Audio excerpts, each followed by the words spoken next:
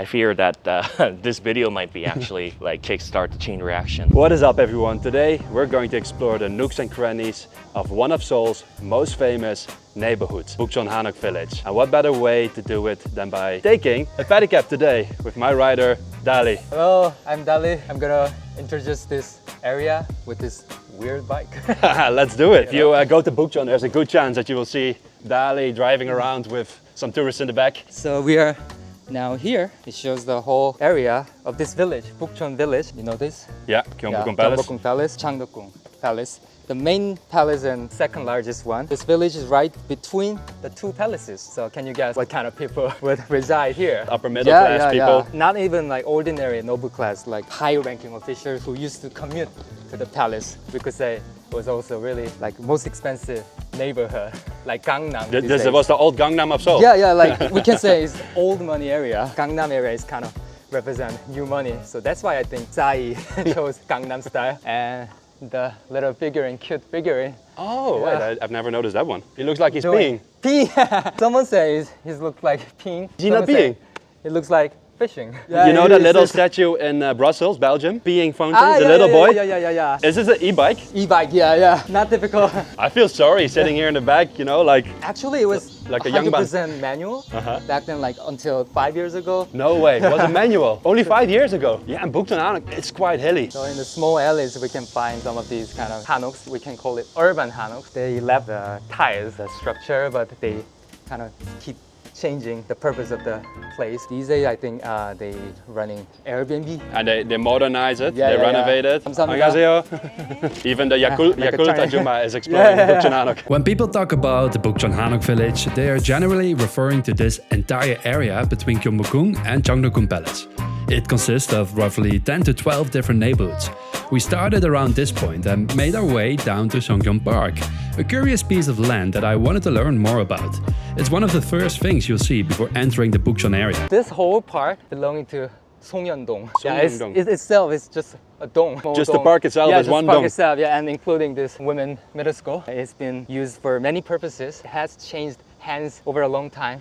Songhyeon means hill filled with pine trees. Okay. So it used to be just a hill, like a forest in the late Joseon dynasty. Andong Kimshi, you know, the most powerful political family, and they used to own large housing. Also in the colonial period, Japanese colonial period. In Ogindong, there used to be a guy, like Japanese collaborator. Yoon Dok-young. Yeah, you really. He also used to own this Really? land too, yeah. Oh. And he handed it over to a bank made by Japan. And after liberation, US military used to own that. Yes. And afterwards, US embassy housing was this until 1990s. They sold it to Korean government. Samsung Group also wanted to buy. They bought it and they planned to build a big museum, but they failed. I think it was for regulation. 20 years ago, Korean Air also bought this land to build Hanok Hotel, but they also failed. Seoul City bought this land and they just made a park. Now they're also planning to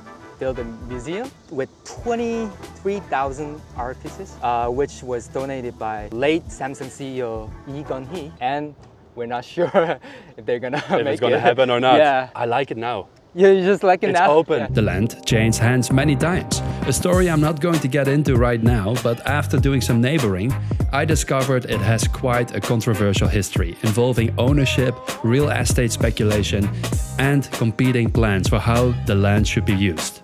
Whatever happens in the future, I'm just glad it's open and green now, with no high-rise buildings obstructing the view into Bukchon. Yes, but Bukchon is a beautiful area to walk around, take a pedicab. Yeah. There is so much to do. There are plenty of museums, there are tons of galleries, Cafes, of course. and you see loads of people walking around in hanbok.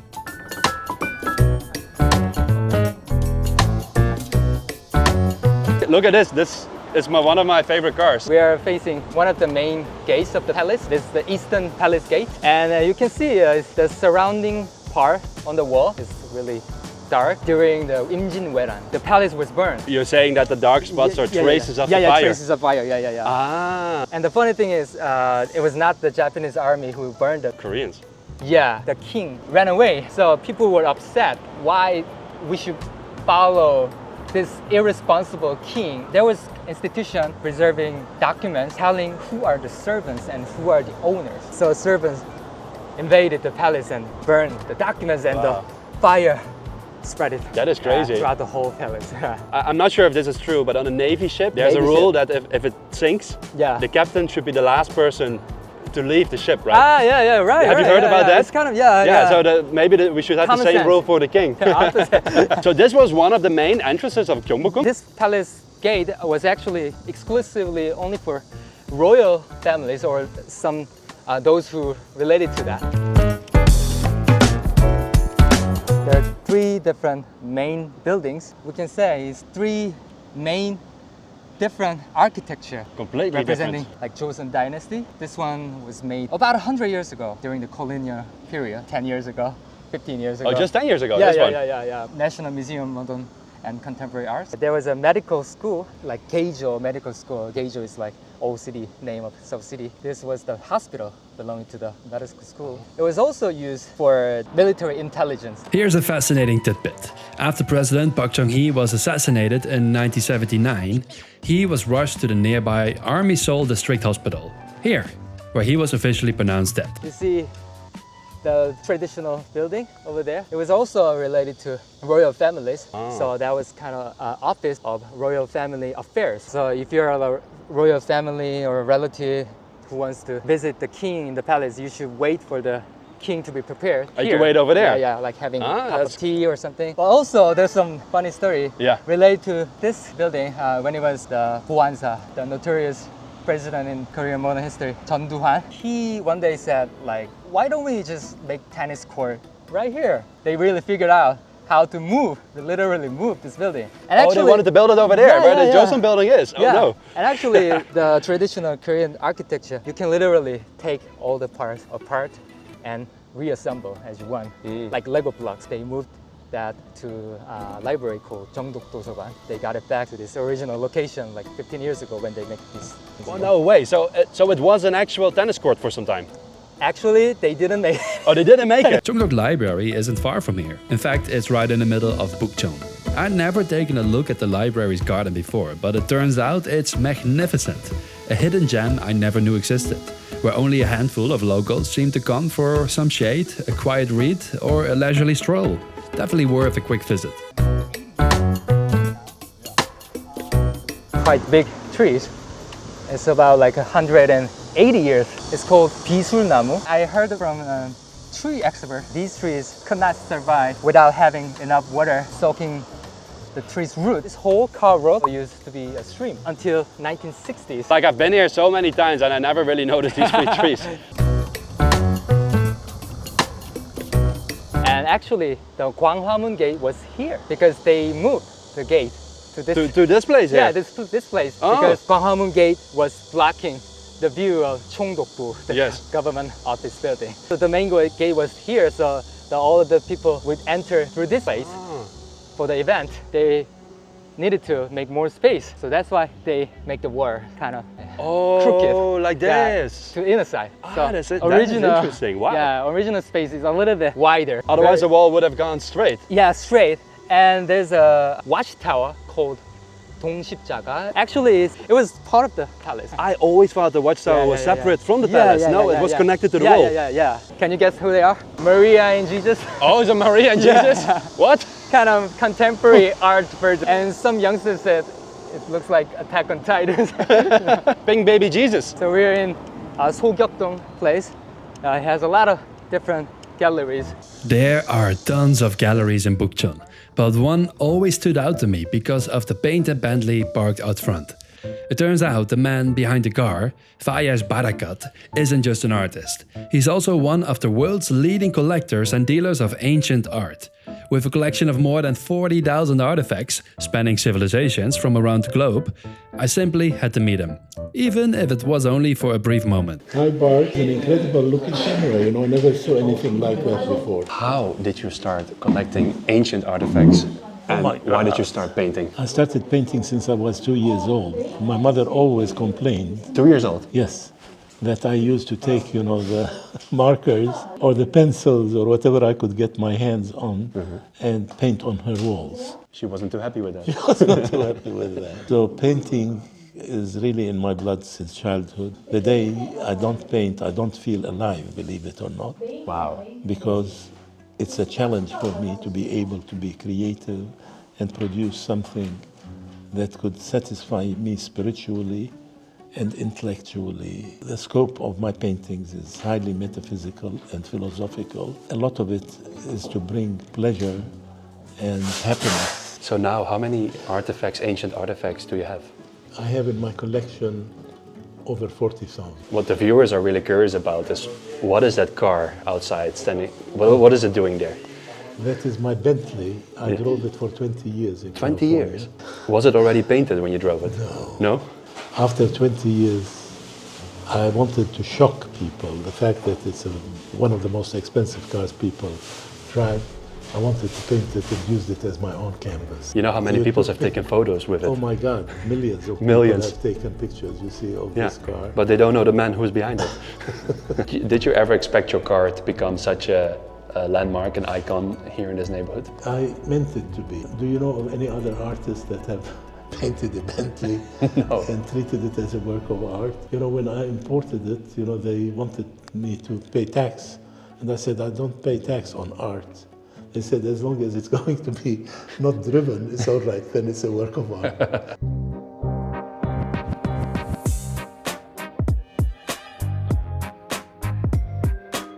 Land prices in this area are crazy high. Because 1990s, when all the rich people left for Gangnam, it was not yet a touristed area.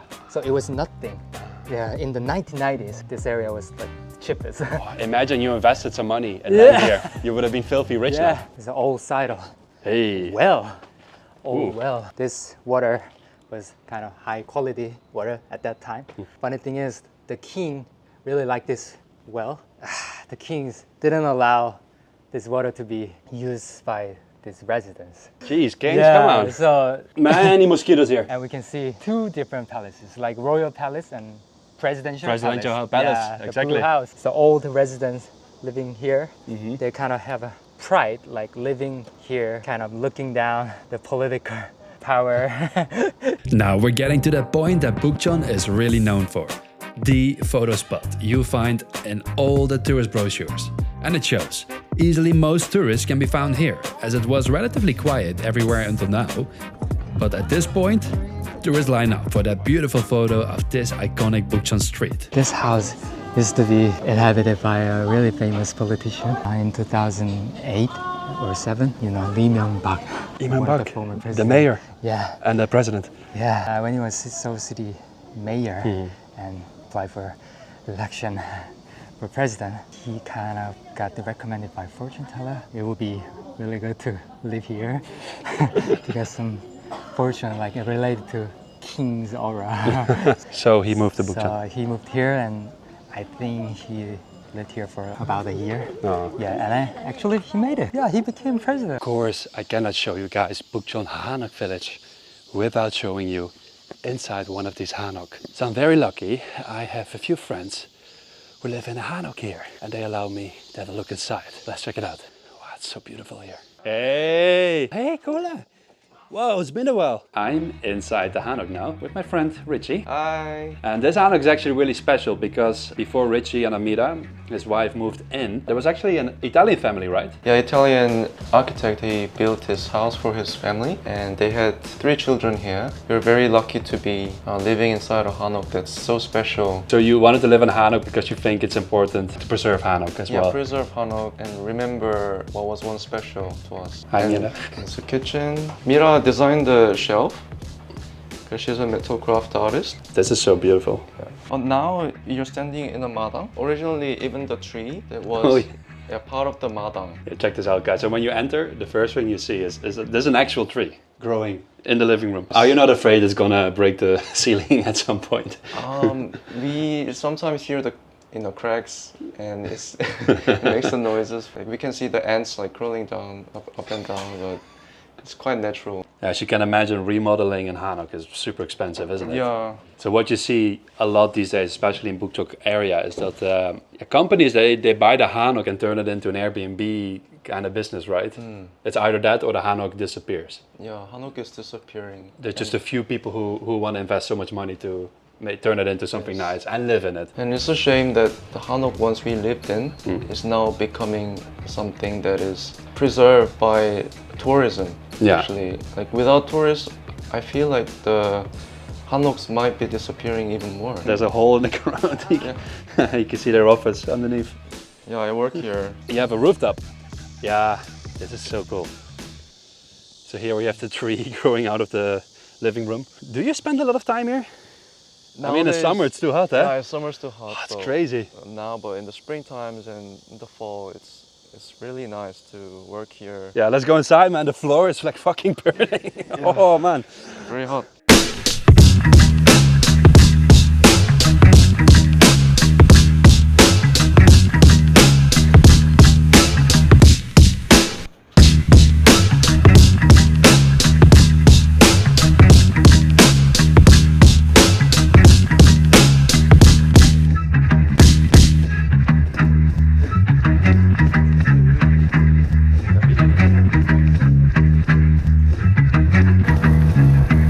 Richie has a skincare brand called Heja and recently opened a shop in Seoul. Go check it out. But now, let's move back to that popular scenic spot in Bukchon. Let me bring you in on the secret. Most people don't walk much deeper into Bukchon, but I suggest you do. Go north from that scenic spot. Go to this road and make your way inside this compound. There's a unique old building, one of a kind, that's 100% worth a look. I didn't know it was here. So this is where all the bankers are gathering and try to have their conferences and that sort of thing. Not just any bankers, but just big time bankers. Curious, I've never been here before. Oh yeah, hardly anyone does. I fear that this video might be actually kickstart the chain reaction. Oh no, it looks a lot bigger than on the photo. Oh yeah, it is a fairly big building. Wow, I have never seen anything like this before. Oh yeah, in Korea. this is literally unique. Wow. No, seriously, wow. Until 1984, no one had a faintest idea what this was. Since the 1600s, there have been lots of buildings that was related to military purposes, especially for making firearms, cannons, and gunpowders. So they had kind of assumed that this was probably something related to it. How did they discover this? Well, they dismantled the building for repair in 1984, and they found the what we call the Songhyeon. It's a piece of scroll that they usually put on top of the top timber. With dates and everything on it. And they realized that this building was called Beonsachang for the first time. Beonsa literally means sand casting. So this was not a storage, it was more of a factory. They finally realized this was built in 1884, but then they kept on using this for a lot of purposes, including, believe it or not, what they refer to as public health laboratory that specialized in epidemics and germs. From 1912 to about 1964, I think it was. This building was a laboratory for growing germs and growing germs and doing a lot of experiments on rabbits and that kind of thing. The National Laboratory left and was replaced by these bankers organization, which is interesting. But I do love how they've tried to match the architecture. That is kudos for that. If you come here, it's at your own risk. I can't guarantee you that they allow you in. But if you don't walk in with a camera like I did, your chances are that you can get in easily. Just look like a banker. Dress up like a banker. But there's more in the north. The very tip of the north, where Songbukdong starts. A place that was so secret, the tunnel leading to it was covered and camouflaged. Only few were allowed through. Even today, without a car, it's kind of hard to get to. So where are we? So we are at Samcheonggak. Samcheonggak. This completely hidden place was a secretive place. Not so secret anymore. Yeah, not so secretive anymore, but for a good 28 years, this was completely secluded. This was built in 1972, out of nowhere. Prior to this, there was nothing on it. This was literally just a hillside. The sole purpose of it, even though the government officially didn't acknowledge it, this was probably built to house the secret delegation sent by Kim Il-sung in 1972 to have the peace talk. Ooh. And this was built solely for that purpose. Through that time, it was known to be the yojang, what we call traditional grand restaurants, if you will. It was a lot more than a restaurant. Not only they had food, gourmet, hanshik, big table food. They also had lots of women here. This is where it supposedly happened. the This meeting. is this is where supposedly everything happened, and of course the name 일화당 literally means one piece building. So again, yeah, it's quite suggestive.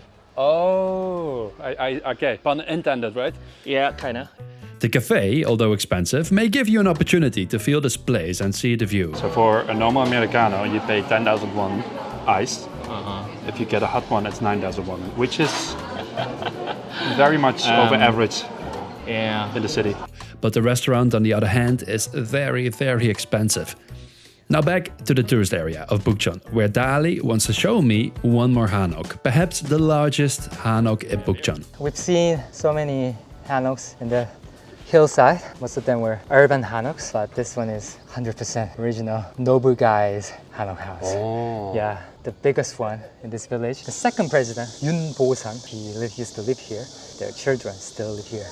They have two different doors, and the main one was for nobleman. The lower one is only for servants. The funny thing is, the noble class, the children, they're using the servants' The door. service door now. Yeah. He was replaced by Park Chung-hee with a coup. The Park Chung-hee was not officially yet president. He sent a guy to the old building. He sent a sniper. Oh. Yeah, just in case the Park Chung-hee lost the election, he can order the sniper to aim president. Oh no. Yeah. I can already hear some of you thinking, but Bart, what about this? What about that? And yes, I know. We merely scratched the surface when it comes to Bukchon, but I hope it gave you a good impression of the kind of neighborhood this is. To quickly recap, we started in front of the Hanok-style Baskin-Robbins before making our way down to Songhyeon Park. From there, we followed the eastern wall of Gyeongbokgung to the MMCA and the relocated Joseon-era building. We then wandered through Bukchon's gallery district, stopped by the old well, climbed into the residential Hanok neighborhood with its famous viewpoints, and briefly passed Im Yong-bak's former home. Further north, you will find Beonsachang, the old royal weapons workshop, and even further up lies Samcheonggak, where, well, God knows what happened there. Right in the middle sits Cheongdok Library, and we wrapped things up at the nobleman's Hanok. I've already covered the eastern side of Bukchon in 2 other episodes, Wonso-dong and Gaedong. So after exploring all of this, I couldn't help but think of Bukchon as a noble sandwich, tucked between 2 royal palaces and filled with the homes, culture and institutions of the Yangban elite. It just seemed fitting. And that's exactly how it ends up on my map. Ado.